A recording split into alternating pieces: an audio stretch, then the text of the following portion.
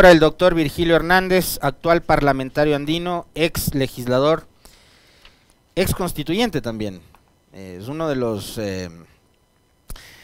integrantes de aquel concilio de Montecristi que dio luz a la actual constitución, que es la que ha reglamentado que hoy tengamos que pasar por todos los filtros posibles para llegar al momento culmen del juicio político. Antes, Virgilio, quisiera empezar por lo último, a propósito de este tema del juicio, ya vamos a profundizar sobre eso.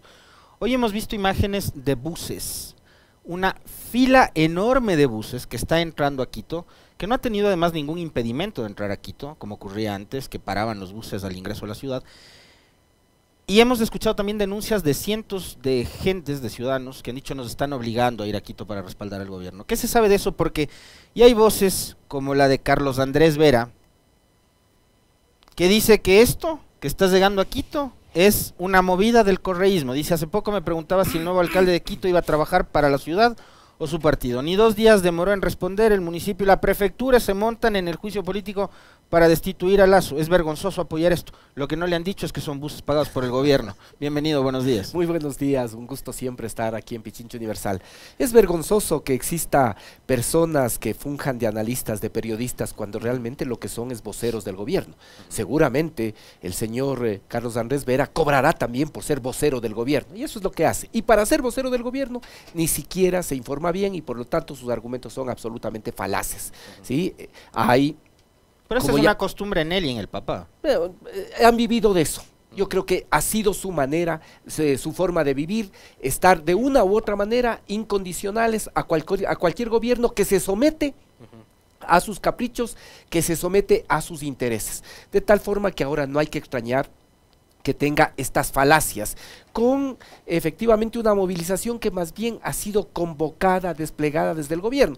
La mayor parte de la gente es la gente que sigue recibiendo los bonos, es la gente que de una u otra manera está vinculada al Estado, que han sido obligados, muchísimos, y desde ayer recibíamos, pero realmente decenas de mensajes de personas que tienen contratos con el Estado en diferentes áreas del Estado, y esas personas les obligaron a pedir un día de vacaciones.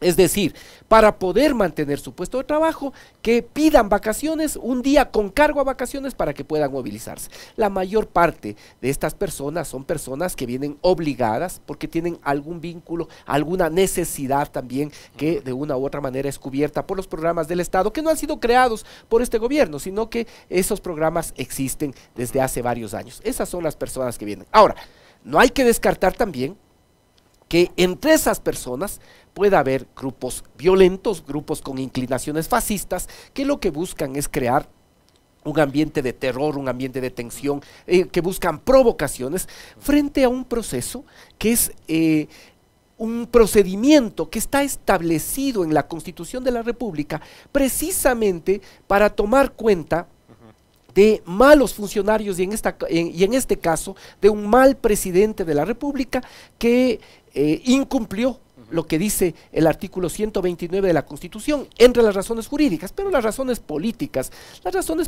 las tendrá cada ciudadano. Están a la vista, además. Están a la vista. Y las tendrá, yo diría, incluso cada ciudadano que votó por Guillermo Lasso y que ahora se ve desencantado. Porque solo así se explica las cifras que en este momento tenemos. 9 de cada 10 ecuatorianos no creen en el presidente Guillermo Lasso.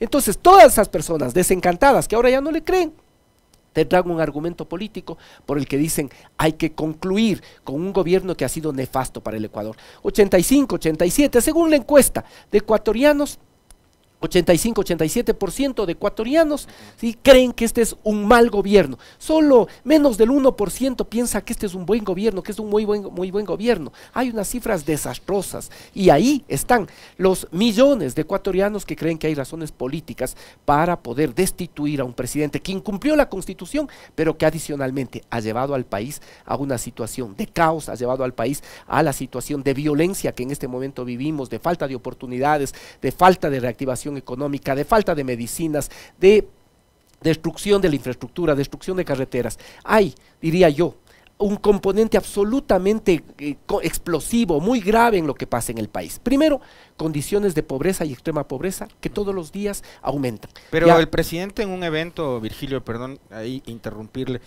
en un evento de la semana pasada, cuando anunciaban la firma del acuerdo comercial con China, el presidente, y mire que esto lo analizábamos hace unos días con Osvaldo Landazuri, hizo una serie de anuncios que hablaban de los buenos resultados de su gobierno. Él decía, inflación la más baja de la región, aunque eso, digamos, es más mérito del dólar que del manejo económico del gobierno, que se ha reducido el déficit, que han creado 500,000 plazas de empleo, que han reducido la pobreza, que es el gobierno que más inversión social ha generado en los últimos años. El presidente vive otra realidad, entonces, ¿cómo entender eso? Él dice cosas que además contrastan con lo que uno sale a ver cuando está en la calle. es que es esta forma de vivir en mundos paralelos.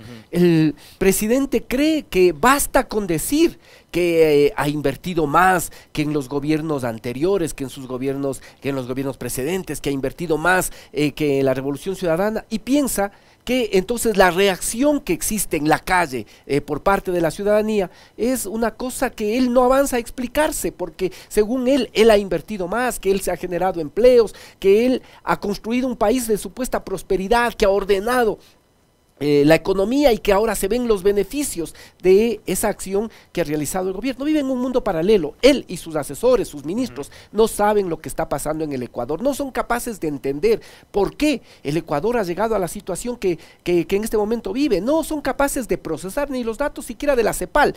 Casi la mitad de la población vive en condiciones de pobreza y pobreza extrema. ¿Cuántos ecuatorianos han migrado? Es que esto Virgilio?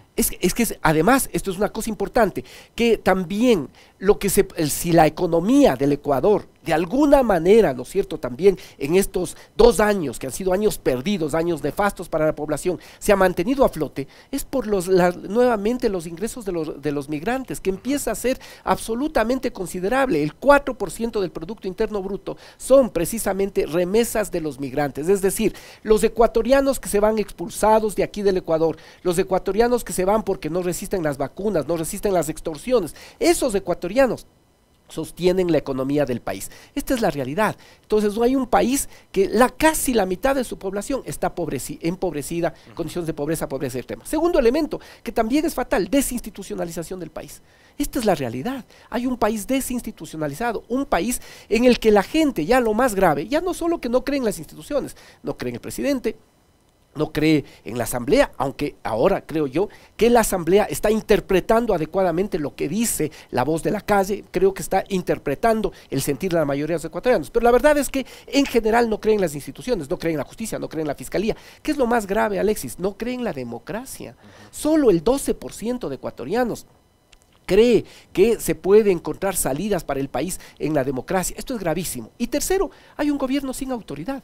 Sí, vamos a suponer que esta operación de compra de conciencias y lo de ayer, toda esta campaña que existe en torno a la muerte cruzada, hay que decirlo con claridad, esta campaña de amedrentamiento, esta campaña del miedo de que ya ahora sí la muerte cruzada, tiene un objetivo específico en este momento: abaratar el costo de los votos. Esto es simplemente abaratar el costo de los votos, que los que están pidiendo el IES, porque sabemos, ¿no es cierto?, que hay ahí unos sectores políticos que antes decían que van a votar, que ahora dicen que hay que ver las pruebas, esos mismos están pidiendo ahora el IES. ¿Por qué no se dice eso, digamos, con la etiqueta para que la gente lo sepa? ¿Quiénes están pidiendo cargos e instituciones públicas a cambio de votos, Virgilio? Es que ahí hay una negociación, es fácil, y esto, Alexis, hay que mirar cuáles fueron los 104 votos que aprobaron el juicio político.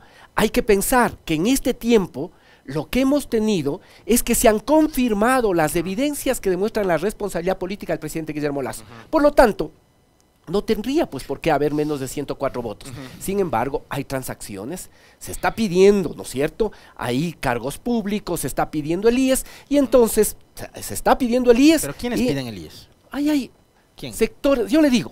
¿Facciones de Pachacuti? Mire, ¿La ID?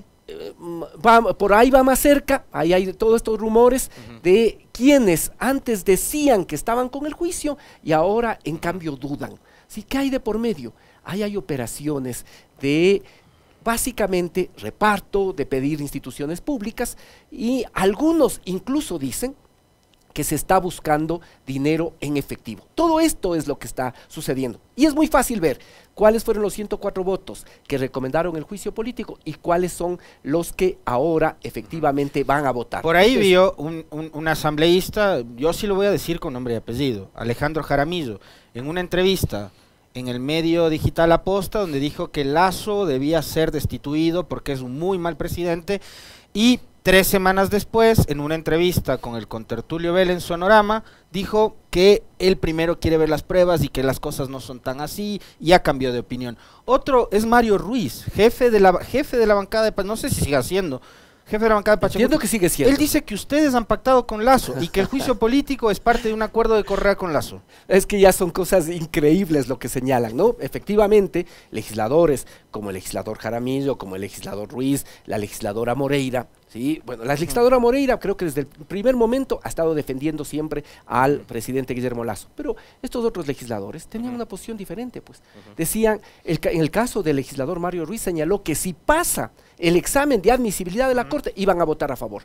Ahora ya tiene otra posición. De igual manera, lo del legislador Jaramillo es clarísimo, todas las contorsiones intelectuales que intenta hacer para poder explicar este cambio de posición. Ahora, habrá que ver si es que eso es porque el ministro Cucalón, ¿sí?, fue tan convincente en que les entregó argumentos, o hay algo más. Pero lo cierto, yo diría que en este momento toda esta campaña de la muerte cruzada es para ablandar, para generar miedo y sobre todo para abaratar el costo de los votos. Los que están pidiendo instituciones, los que están pidiendo cargos públicos, los que están pidiendo el IES, todos ellos, ¿no es cierto?, para abaratar todos esos votos. Porque seguramente y así busca salvarse el presidente. Solo concluyo con esta idea, que con eso es que entramos, Alexis, a esto. ¿En qué redunda todo esto? Que es un presidente sin autoridad. Así es. Y entonces un presidente sin autoridad no puede gobernar. Mira lo que tenemos en el país, un país empobrecido, un país sin instituciones, sin credibilidad en las instituciones y en la democracia, y un país que hay un gobernante sin autoridad. Independientemente de lo que haga, el presidente Guillermo Lasso ya no tiene la autoridad para gobernar. Yo le quería mencionar a propósito del tema de abaratar el costo de los votos, Virgilio. El gobierno y el presidente Lasso, con esta constante amenaza, además es una amenaza que no es nueva, es una amenaza que siempre la ha tenido debajo de la mesa en cada momento complejo que ha mantenido con la Asamblea. Recordar lo que sucedió, por ejemplo, durante el trámite de las reformas tributarias, de la ley de inversiones fallida en junio del 2022, el fantasma de la muerte cruzada durante los 2 años de gobierno. Entonces, a mí me parecería que es como más de lo mismo. Ahora, el momento es crítico porque el presidente Lasso está a 4 votos de irse a su casa. Para mí está a 4 votos de irse a su casa. Y tiene las de la muerte cruzada. Y yo quisiera también ahí que usted más adelante nos diga qué tan viable es que un gobierno sin autoridad y un gobierno sin apoyo ciudadano, aparentemente sin un apoyo de las Fuerzas Armadas y sin un apoyo político, puede decretar muerte cruzada y querer mantenerse ahí únicamente por la fuerza que le daría, en este caso, la Policía Nacional, que sigue siendo una institución absolutamente leal a Lasso. Pero este mensaje a los legisladores es: vean, panas, ustedes no van a volver acá en una próxima elección, mejor quédense. Sí, es que exactamente. Porque en los 137 habrá, perdónenme, pero menos de la mitad que la gente conozca. Y más del 50% de esta asamblea la gente no sabe ni quiénes son, ni cómo llegaron ahí. Es que ese es exactamente el mensaje que han desatado. Esta campaña sistemática que hay desde el fin de semana es precisamente para eso. Ese es el mensaje que están queriendo trasladar. Van a decretar la muerte cruzada, sí va a ir esta vez la muerte cruzada. Con eso, la mitad de los legisladores seguramente no va a volver. Esa es esta campaña de amedrentamiento y por lo tanto viene el complemento, ¿sí? Si no van a volver, ¿para qué van a seguir insistiendo en lo del juicio político? Más bien negocien, más bien pacten, más bien cojan algo, ¿no es cierto?, como se diría popularmente. Esa es la idea de lo que está buscando transmitir. Y esto es gravísimo porque lo único que hace es deteriorar aún más la autoridad que tiene, la autoridad absolutamente ya por los suelos que tiene el gobierno del presidente Guillermo Lasso. Es muy complejo el momento que vivimos y creo que además vale reflexionar sobre esto. Ahora se habla de la muerte cruzada, yo siempre que ahora hablas de la muerte cruzada, ahora me río, ¿no?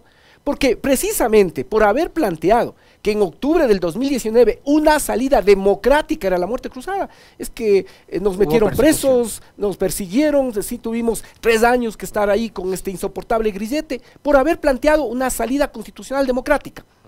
Ahora hablan de la muerte cruzada y ya nadie, y los analistas, ya no reparan en lo que dice el artículo 148, como si mañana a alguien se le ocurre decir, vamos a muerte cruzada, ese momento se paran y decreta muerte cruzada. No, pues, el artículo 148 establece claras condiciones para que el presidente de la República pueda decretar muerte cruzada. Y es tan sencillo como decir, aquí está el decreto, y ya nos vamos a muerte cruzada sin necesidad de que se establezca, por ejemplo, la arrogación de funciones de la Asamblea, la supuesta obstrucción que tendría que ser declarada por la Corte Constitucional, por lo tanto no van a utilizar. ¿Sí? Social. Hay un momento de conflictividad social en el país, hay toda una situación de preocupación, yo diría en este momento pasiva en el país, pero eso no ha escalado al momento de un conflicto social, por lo tanto no podrá ser utilizada como argumento para la muerte cruzada. Quizá cosas como las de hoy, ¿no es cierto?, movilización y seguramente la actuación de grupos pro presidente Lasso, profascistas, pueden querer provocar una situación de tensión, de violencia para darle un argumento al presidente Guillermo Lasso. Es muy probable que acciones y operaciones de este tipo existan el día de hoy, ¿sí? Y el tercer elemento, que se ha impedido el plan de gobierno. Y entonces uno se pregunta, ¿cuáles son, ¿no es cierto?, las cascadas de leyes que han sido rechazadas o qué es lo que no se le ha permitido aplicar al presidente? Una ley, la de inversiones. Exactamente. Y todas las demás, incluso han sido aprobadas, ¿sí?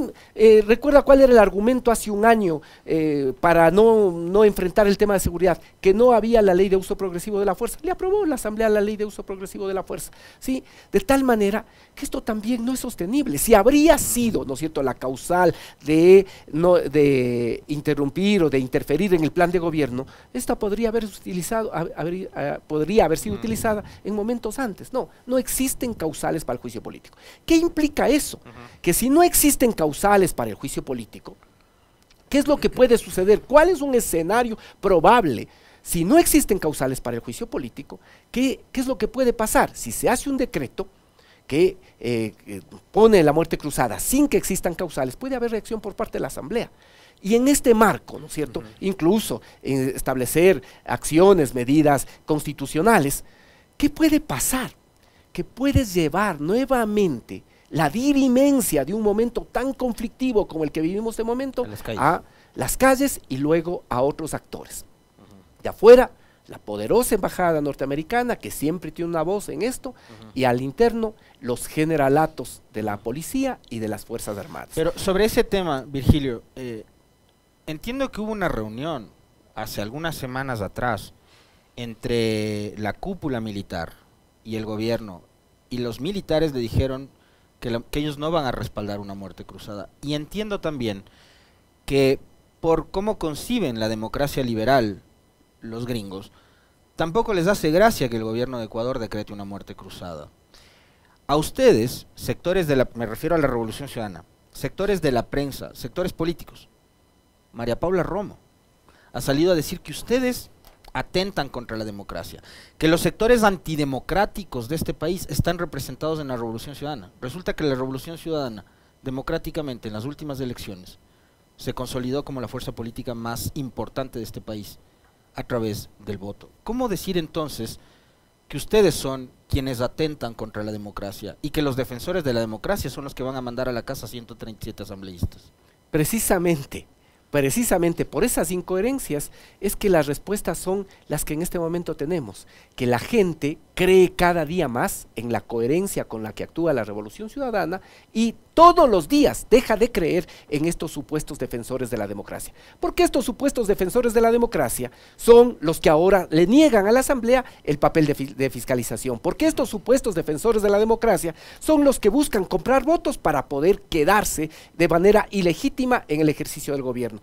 Porque estos supuestos defensores de la democracia son los que ahora buscan generar un clima de tensión, porque estos supuestos defensores de la democracia son los que han llevado al sistema político ecuatoriano a una situación en que la democracia no tiene que ver con los derechos de la gente, no tiene que ver con la falta de empleo, la falta de oportunidades, la falta de educación, la falta de salud, y ni siquiera estos supuestos defensores de la democracia pueden reconocer un papel fiscalizador de la Asamblea, cuando el presidente claramente ha incumplido lo que dice el artículo 129, en este caso el numeral 2, que es el de peculado, en una sola empresa, que es Amazonas Tankers. Es decir, que si se habría visto los otros casos, si al menos los 3 que fueron motivo de la acusación constitucional, también habrían sido absolutamente probados, porque más allá de que la Corte Constitucional no haya calificado las otras acusaciones, no nos podemos olvidar pues de las revelaciones que habían respecto de que el señor Hernán Luque Lecaro decía que hay que pasarle 130,000 mensuales y de esos darle 35 mensuales para Danilo. ¿Para cuál Danilo? Para Danilo Carrera, el cuñado del presidente de la República. Esa es la realidad. Estos son los defensores de la democracia. Mientras tanto, la gente todos los días apoya la coherencia de Revolución Ciudadana, que una vez más ha sido probada, no solo en las urnas del 5 de febrero pasado, sino también en estas actuaciones. Son varios meses, 4 meses, en las que ha existido toda una operación que también tendrá que ser investigada de compra-venta de votos. Esta es la realidad, ¿sí? Con ofrecimientos, con gobernaciones, con instituciones. Vuelvo a señalar lo del IES, nuevamente está ahí. Ya después vamos a ver todo cómo se aclara esta trama. Nuevamente está ahí. El reparto de cargos en Tungurahua ha sido por lo más descarado. Pero ¿no? Descarado. Descarado. Y hay periodistas además, o analistas, que justifican eso. Claro. Que dicen que eso es efectivamente lo que hay que hacer en democracia, ¿no? Claro que en la democracia puede existir acuerdos, pero esos acuerdos tienen que ser transparentes, tienen que ser programáticos, tienen que ser programáticos, o sea, para gobernar, no para salvarle al presidente de un juicio político. Y además totalmente por debajo de la mesa, pues, ¿sí? Inescrupulosos. Entonces, ¿qué es lo que pasa? Que están buscando normalizar, ¿no es cierto? Que esto es lo común, que esto es lo normal, lo que se tiene que hacer, ¿sí? Lo que está haciendo es todos los días deteriorando la credibilidad que la gente tiene en el sistema político, en la democracia, que tienen los actores políticos y obviamente en el presidente de la República. Un presidente de la República que no goza de autoridad ética política, que no goza de autoridad moral, no puede gobernar, independientemente de lo que haga, ¿sí? Incluso si se llegaría a salvar, digamos, de alguna manera, el presidente de la República está caído. ¿Por qué? Porque no tiene autoridad para poder gobernar. ¿Y eso para quién es perjudicial? Eso es perjudicial para el Ecuador, porque el presidente de la República se pasa ahora. La principal preocupación es cómo se salva. Él cómo protege a su familia, cómo protege a su cuñado, cómo protege su negocio. ¿Y qué pasa con los ecuatorianos? ¿Quién protege? ¿Quién garantiza? ¿Quién establece que puede existir coherencia para poder enfrentar la inseguridad en el país? No tiene capacidad para maniobrar ya el presidente en caso de que se salve Virgilio, porque tiene o va a tener una asamblea en contra. La mayoría del domingo creo que se manifestó así, el haber resuelto la conformación del CAL como está hoy en día y ratificar la presidencia de Saquicela. Me parece que le ponen muy malas condiciones políticas a Lasso. Adicionalmente, la elección de Allen Berbera dentro del Consejo de Participación Ciudadana. O sea, creo unánime, ¿no? Así es. Y creo que el gobierno sigue acorralado, más acorralado todavía. Y yo ahí quiero, a propósito de la elección de Allen Berbera, un comentario sobre ese tema suyo, Virgilio, pero adicionalmente sobre la omnipresencia de un personaje que atraviesa por todas las conversaciones y más todavía cuando tiene que ver con la política en este país. Se llama Rafael Correa. 6 años que no está en el país, 2 gobiernos que no han sido los suyos y seguimos hablando de Correa. Y si hay un juicio político en contra de Lasso, el personaje sigue siendo Correa. Y si hay un intento de aplicar el 130, está Correa en el medio. Y si se habla de el campeonato ecuatoriano de fútbol, se habla de Correa. ¿Por qué? ¿Qué pasa con Correa? Porque estos individuos no han entendido nunca que si querían superar a Correa, había que superar su obra de gobierno. Había que efectivamente hacer escuelas, hacer hospitales, mantener las carreteras, había que reactivar la economía, había que generar empleo, había que garantizar a través de un plan adecuado de seguridad y de mejorar también las condiciones económico-sociales de la gente, ¿sí? Mejorar la seguridad. Esto es lo que no han entendido. Entonces creen que culpando a Correa puede la gente tener una explicación. Y ahora cada día está más claro que Correa se consolida como un líder de opinión y como la principal figura política de credibilidad en este país. Es la principal figura política de credibilidad. Este fin de semana yo creo que hay 3 hechos que son fundamentales que se puede señalar. Primero, efectivamente, la elección en la Asamblea, que demuestra la orfandad que tiene absoluta el gobierno, ¿sí? Nadie quiere, más allá de los que alquilan permanentemente su conciencia, alquilan permanentemente su voto, que son legisladores de alquiler, más allá de ellos, nadie quiere estar cerca del gobierno. ¿Por qué? Porque es un gobierno nefasto, porque es un gobierno mentiroso, porque es un gobierno inepto, porque es un gobierno incapaz de enfrentar y solucionar los problemas de la gente. Entonces, primera cosa. Segundo, efectivamente, no solo el día de ayer que ya se eligió a Allen Berbera, sino la posesión misma del Consejo de Participación Ciudadana, porque este Consejo de Participación Ciudadana intentó, ¿no es cierto?, se intentó a través de la consulta popular que este consejo pueda actuar. Se intentó debilitarle, se intentó que ya en el futuro no sean electos, quitarle funciones, de tal manera que para el gobierno, para los demócratas supuestos del gobierno, era muy claro, ellos querían un consejo de participación ciudadana como el que tenía con el señor Hernán Ulloa. A su medida. A su medida. Claro. Pero eso ya no existe. Fíjese, Virgilio, que a propósito de la elección de Allen Berbera ayer, se ha cuestionado su cercanía con Correa. Fue su abogado, eso es un hecho real. Fue así, fue su abogado en el caso contra Diario El Universo. Pero yo a Allen Berbera nunca le vi en una papeleta auspiciado para determinada dignidad de elección popular por las listas de Correa. Hernán Ulloa fue candidato del movimiento Creo. Del movimiento Creo. Y contra Ulloa nadie decía nada de su militancia por y además Creo. Cuestionarle a un abogado por quiénes han sido las personas a las que han patrocinado, ya es no solo que absolutamente loco, sino adicionalmente es no reconocer lo que es la labor propia de un abogado. Y el tercer elemento, la posesión de las autoridades. Exactamente, la posesión de las autoridades. Ahí hay una cosa fundamental. En esta posesión de las autoridades hay un fantasma, hay una persona, hay alguien que no asoma nunca. Hay un gran ausente en la posesión de estas autoridades y es precisamente los miembros del Ejecutivo. No va presidentes, ministros, nadie está en la posesión de las autoridades, nadie. ¿Cómo puede gobernar así? Y si uno sale a la calle, también se da cuenta que no tiene apoyo de los actores políticos, de los actores sociales, no tiene apoyo de la ciudadanía. No, uno se sube a un taxi o a cualquier transporte de servicio público, el comentario es como ya que se vaya.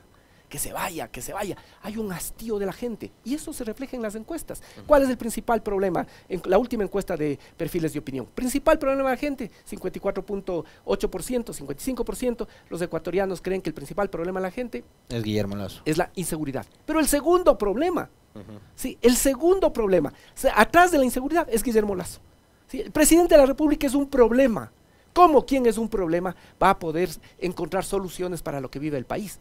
Y entonces, él está preocupado y su entorno cercano no se da cuenta que mientras protegen a un presidente que está preocupado de él, de su reputación, ¿sí? De la reputación de su familia, de la reputación de su cuñado, como si el pueblo ecuatoriano tendría algo que ver con que él haya tenido amistades absolutamente extrañas, vinculadas con la mafia, y que además, de por medio, existen crímenes espantosos, pues.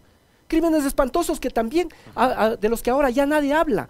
El asesinato del señor Cherres, de las otras personas, del señor Amador, ¿sí? De las otras personas. Esos son asesinatos absolutamente crueles, pero convenientes para el gobierno. De eso ya nadie habla. Silenciado, ¿sí? Cherres. Silenciado, sí, silenciado, ya nadie habla de eso. Pero el presidente estaba preocupado de su reputación. ¿sí? De su reputación, preocupado de proteger a su cuñado, de proteger a su familia, de proteger su negocio. Y los problemas del Ecuador todos los días se profundizan. Los problemas del Ecuador no es que desaparecen con estas preocupaciones del presidente Guillermo Lasso. Todo lo contrario, se profundizan, se agudizan, se agravan. Estas fueron, lo recordó Paola Pavón en su discurso cuando recibía las credenciales del CNE, lo volvió a repetir en su discurso de posesión el domingo. Estas fueron las elecciones más violentas de la historia, Virgilio, con candidatos asesinados, con brigadistas asesinados. Y ayer vimos espantados del atentado en contra de Luis Chonillo, alcalde de Durán. Alcalde electo de Durán. ¿En qué país estamos? Es que esta es la realidad de lo que estamos viviendo.